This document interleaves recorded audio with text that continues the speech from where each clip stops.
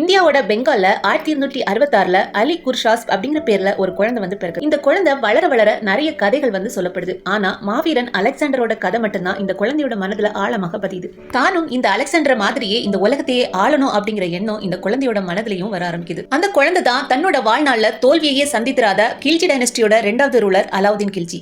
ஆனா அலாவுதீன் கில்ஜி அரசனானது எப்படி தன்னோட கனவுப்படி 2வது அலெக்சாண்டரா ஆனாரா அப்படின்னு தான் இந்த வீடியோல பார்க்க போறோம். கிபி 1290 வருஷம் ஸ்லேவ் டைனஸ்டியோட மிலிட்டரி ஜெனரலா இருந்த ஜலாலுதீன் கில்ஜி டெல்லியில கில்ஜி டைனஸ்டியை ஸ்டார்ட் பண்றாரு. ஆனா வெறும் 6 வருஷங்கள்ல அவரது மகளின் கணவரான அலாவுதீன் கில்ஜியால சூழ்ச்சியால கொல்லப்படுறாரு. ஜலாலுதீனின் மரணத்துக்கு அப்புறம் அவரோட பசங்களையும் தேடி தேடி கொள்றாரு அலாவுதீன் கில்ஜி. அதுக்கப்புறம் தானே கில்ஜி டைனஸ்டியோட 2வது ரூலரா அறிவிச்சுக்கிறாரு. இந்த அலாவுதீன் கில்ஜி யார், எங்கிருந்து வந்தார் அப்படின்னு பார்த்தோம்னா அலாவுதீன் கில்ஜி ஜலாலுதீனோட அண்ணாவோட பையன் தான். இந்த அலாவுதீனோட பிரேவ்னஸ், மிலிட்டரி டாக்டிக்ஸ் எல்லாமே ஜலாலுதீனால கத்து கொடுக்கப்பட்டதுதான். அதோட மட்டும் இல்லாம தன்னோட மகளான மலைக்கா இ ஜஹானையும் இவருக்கு திருமணம் செஞ்சு கொடுக்கிறாரு. அதன் பிறகு இவரோட திறமைகளை பார்த்த ஜலாலுதீன் 1291 இவரை உத்தரப்பிரதேசல இருக்கக்கூடிய கரா அப்படிங்கிற பிளேஸோட கவர்னரா ஆக்குறாரு. அதன் பிறகு 1292 மத்திய பிரதேசல இருக்கக்கூடிய ஆவத் அப்படிங்கிற பிளேஸோட கவர்னராவும் ஆக்கப்படுறாரு. இப்படியே அதிகாரமும் பதவியும் கொஞ்சம் கொஞ்சமாக அதிகரிக்க ஆணவமும் பேராசியும் அலாவுதீன் கில்ஜியை தொட்டிக்கொள்ள ஆரம்பிச்சிச்சு. இதனாலதான் சுல்தான் ஜலாலுதீனோட அனுமதி பெறாமலேயே மத்திய பிரதேசத்தை ஆண்டுட்டு இருந்த பரமாரா டைனஸ்டியை அட்டாக் பண்ணி அங்கிருந்த அனைத்து செல்வங்களையும் கால்நடைகளையும் எடுத்துட்டு கரா அப்படிங்கிற பிளேஸ்க்கு வந்துடுறாரு. அதன் பிறகு இந்த செல்வங்களை எல்லாம் வைத்து ஒரு சீக்ரெட்டான ஒரு ஆர்மியை வந்து பில்ட் பண்ண ஆரம்பிக்கிறாரு. இதே போலவே 1296 மகாராஷ்டிராவை சார்ந்த தேவகிரியில இருக்கக்கூடிய யாதவ கிங்டம் அட்டாக் பண்ணி அங்கிருந்த அனைத்து செல்வங்களையும் எடுத்துட்டு போறாரு. அதன் பிறகு இந்த செல்வங்களை எல்லாம் வைத்து அரசர் ஜலாலுதீனுக்கு எதிராக ஒரு ஆர்மியை வந்து செட்டப் பண்றாரு. இப்படித்தான் அதே வருஷம், அதாவது 1296 ஜலாலுதீனை கொன்னுட்டு டெல்லியோட த்ரோனை வந்து கேப்சர் பண்றாரு. ஆனா அன்றைய தினத்துல இருந்தே பாத்தீங்கன்னா இந்திய மக்களோட பேச்சு சுதந்திரம் பறிக்கப்படுது. எங்க பார்த்தாலும் உளவாளிகள் யாராவது மன்னருக்கு எதிராக பேசினாங்கன்னா அவங்களோட நாக்குகள் வந்து வெட்டப்பட்டன, கண்கள் வந்து பிடுங்கப்படுது, பெண்கள் நிம்மதியாக வாழ முடியாத சூழ்நிலை உருவானது. அது மட்டும் இல்லாம இந்து மக்களுக்கு எதிரான அடக்குமுறை மிகவும் அதிகரிச்சு அப்படின்னு சொல்லலாம். தன்னை இந்த உலகத்தோட 2வது அலெக்சாண்டரா பேசப்படணும் அப்படின்னு நினைச்சாரு அலாவுதீன் கில்ஜி. அதன் பிறகு 1297 to 99 நடத்தப்பட்ட மங்கோலிய படையெடுப்புகளை முழுவதுமாக ஒழிக்கிறாரு அலாவுதீன் கில்ஜி. இந்த போர்ல பாத்தீங்கன்னா பல்லாயிரக்கணக்கான மங்கோலிய படைகள் வந்து கொண்டு குவிக்கப்படுது. அதன் பிறகு 1299 குஜராத்தை கேப்சர் பண்ண தன்னோட ஜெனரல்ஸான உலக் கான் அண்ட் நஸ்ரத் கானை வந்து அனுப்புறாரு. அப்போ குஜராத்ல வகேலா டைனஸ்டியோட கர்ணதேவா அப்படிங்கிற கிங் தான் வந்து ஆண்டிட்டு இருந்தாரு. ஆனா அலாவுதீன் கில்ஜியோட ஜெனரல்ஸ் வந்து குஜராத்தை வந்து கேப்சர் பண்ணிடுறாங்க. இதனால கிங் கர்ணதேவா அவரோட மகளோட தப்பி ஓடுறாரு. ஆனா அவரோட மனைவி கமலா தேவியை வந்து அலாவுதீனோட படைகள் கேப்சர் பண்ணி டெல்லிக்கு வந்து அழைச்சிட்டு போயிடுறாங்க. ஆனா கமலா தேவியை ஃபோர்ஸ் பண்ணி அவரை மேரேஜ் பண்ணிக்கிறாரு அலாவுதீன் கில்ஜி. அதன் பிறகு 1301 ராஜஸ்தான்ல இருக்கக்கூடிய ரந்தம்பூருக்கு தன்னோட ஜெனரல்ஸான உலுக் கான் மற்றும் நஸ்ரத் கான் அனுப்புறாரு. அந்த டைம்ல ரந்தம்பூர் ராஜபுத்திர அரசரான ஹமீர் தேவ் சவுகானால ஆளப்பட்டு வந்துச்சு. ஆனா இந்த போர்ல அலாவுதீனோட ஜெனரல்ஸ்ல ஒருத்தரான நஸ்ரத் கான் வந்து கொல்லப்படுறாரு. இதனால கோவப்பட்ட அலாவுதீன் கில்ஜி தானே ஒரு பெரும்படையோட ரந்தம்பூருக்கு வராரு. அந்த காலத்துல ரத்தம்பூர் போர் தான் மிகப்பெரிய ஸ்ட்ராங்கான போர்ட்டா கருதப்பட்டிருக்கு. இருந்தாலும் அலாவுதீன் கில்ஜி 6 மாதங்கள் போரிட்டு ரந்தம்பூர் போர்ட்டை கேப்சர் பண்ணி ஹமீர் தேவை வந்து கொன்னுடுறாரு. அதன் பிறகு ரந்தம்பூர் டெல்லி சுல்தானேட்டோட இணைக்கப்பட்டிருக்கு. அதன் பிறகு 1303 ராஜஸ்தானின் மேவார் ரீஜனோட தலைநகரான சித்தூரை வந்து அட்டாக் பண்றாரு அலாவுதீன் கில்ஜி. அப்ப மேவார ராஜபுத்திர அரசரான ரத்தன் சிங் தான் ஆண்டுட்டு இருந்தாரு. அவரோட மனைவி தான் ராணி பத்மினி. சித்தூரை அட்டாக் பண்றதுக்கு அலாவுதீன் கிட்ட 2 ரீசன் இருந்துச்சு. ஒன்னு வந்து பொலிட்டிக்கல், இன்னொன்னு வந்து பர்சனல். பொலிட்டிக்கல் என்னன்னு பாத்தீங்கன்னா மேவாரையும் கேப்சர் பண்ணா ஃபுல் ராஜஸ்தானும் இவரோட கண்ட்ரோல் வந்துரும். பர்சனல் ரீசன் ராஜா ரத்தன் சிங்கோட மனைவி ராணி பத்மினி. ராணி பத்மினியோட அழக கேள்விப்பட்ட அலாவுதீன் கில்ஜி அவர்களை தன்னோட மனைவியாக்க விரும்பினாரு. பெரும் படைகளோட சித்தூர் கோட்டைக்கு வெளியே வந்த அலாவுதீன் கில்ஜி ஒரு மெசேஜ் வந்து ராஜா ரத்தன் சிங்குக்கு அனுப்புறாரு. அந்த ஓலையில நான் ராஜா ரத்தன் சிங்கையும் சித்தூர் கோட்டையோட அழகையும் பார்ப்பதற்காக தான் வந்திருக்கேன் அப்படின்னு அனுப்புறாரு.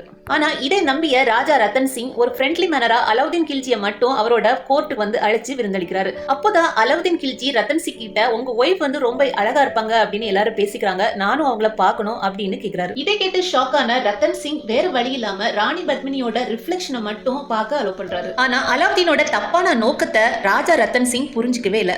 அதன் பிறகு அலாவுதீன் கில்ஜி ராஜா ரத்தன் சிங் கிட்ட கோட்டைக்கு வெளியே இருக்கக்கூடிய தன்னோட மிலிட்டரி கேம்புக்கு ஒரு ஃப்ரெண்ட்லி மேனரா வருமாறு அழைக்கிறாரு. இதை நம்பிய ராஜா ரத்தன் சிங் அலாவுதீனை பார்க்க கோட்டைக்கு வெளியே போறாரு.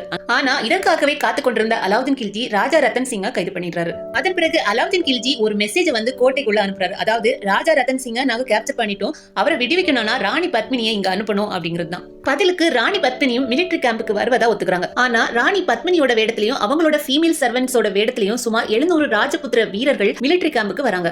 அலாவுதீன் கில்ஜி என்ன நடக்கு அப்படின்னு சுதாரிப்பதற்கு முன்னாடியே சர்ப்ரைஸ் அட்டாக் பண்ண அந்த ராஜபுத்திர வீரர்கள் ராஜா ரத்தன் சிங்கை காப்பாற்றி கூட்டிட்டு போயிடுறாங்க. இதனால கடும் கோபம் கொண்ட அலாவுதீன் கில்ஜி தன்னோட ஃபுல் ஃபோர்ஸை யூஸ் பண்ணி கோட்டையோட கதவை உடைச்சு உள்ள போயிடுறாரு. அதன் பிறகு நடந்த கடுமையான சண்டையில பாத்தீங்கன்னா ராஜபுத்திர வீரர்கள் அனைவருமே கொல்லப்படுறாங்க. ராஜா ரத்தன் சிங்கும் கொல்லப்படுறாரு. இதனால கோட்டைக்குள்ள இருந்த பெண்கள், அதாவது ராணி பத்மினியும் அவங்களோட ஃபீமேல் சர்வன்ட்ஸ் எல்லாருமே பெரும் தீய வளர்த்து அதுல குதிச்சு இறந்துடுறாங்க.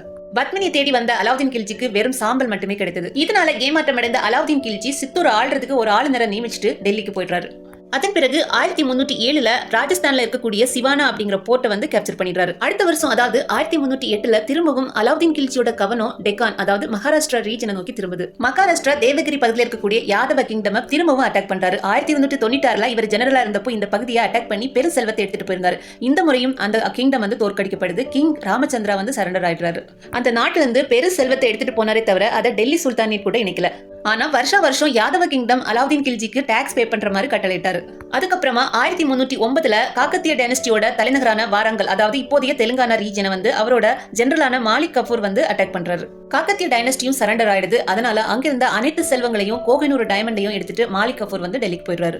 அதன் பிறகு 1311 தமிழ்நாட்டின் பாண்டியம் கிங்டமோட தலைநகரான மதுரையை வந்து அட்டாக் பண்றாரு மாலிக் கஃபூர். அப்போதைய பாண்டிய மன்னர்களிடையே ஒற்றுமை இல்லாதால ஈஸியா மதுரையை கேப்சர் பண்ணிடுறாரு. அது மட்டும் இல்லாம மதுரை மீனாட்சி அம்மன் டெம்பிள் அனைத்து செல்வங்களையும் எடுத்துட்டு போயிடுறாரு. 1313 திரும்பவும் யாதவ கிங்டம் வந்து அட்டாக் பண்ணப்படுது. ஏன் அப்படின்னா கிங் ராமச்சந்திரா வந்து இறந்துடுறாரு. அவருக்கு அடுத்ததா அவரது மகனான சிம்பாலதேவா அரியணை ஏற்கிறார். அதோட அலாவுதீன் கில்ஜி கிட்ட அடிமையா இருக்கிறது அவருக்கு பிடிக்கல. இதனால அலாவுதீன் கில்ஜிக்கு டாக்ஸ் பே பண்றதை ஸ்டாப் பண்ணிடுறாரு. இதனாலதான் யாதவ கிங்டம் அட்டாக் பண்ணப்பட்டு கிங் சிம்பாலதேவா கொல்லப்படுறாரு. இப்படியே தேவகிரி யாதவ கிங்டம் முழுமையாக டெல்லி சுல்தானேட் கூட இணைக்கப்படுது. இப்படியே சூழ்ச்சினாலும் மிலிட்டரி ஸ்ட்ராட்டஜினாலும் தோல்வி என்பதை சந்தித்திராத அலாவுதீன் கில்ஜி 1315 மனதளவுல நோய்வாய்ப்படுறாரு. தன்னோட ஜெனரலான மாலிக் கஃபூர் தவிர மத்த எல்லாரும் தனக்கு எதிராக சூழ்ச்சி பண்றதா அவருக்கு தோன்ற ஆரம்பிச்சு. மாலிக் கஃபூர் தவிர மத்த யாரையுமே சந்திக்கிறதே அவர் ஸ்டாப் பண்ணிட்டாராம். அது மட்டும் இல்லாம இப்படியே தனிமையில் வாழ்ந்த அலாவுதீன் கில்ஜி 1316 மரணம் அடைஞ்சிடறாரு.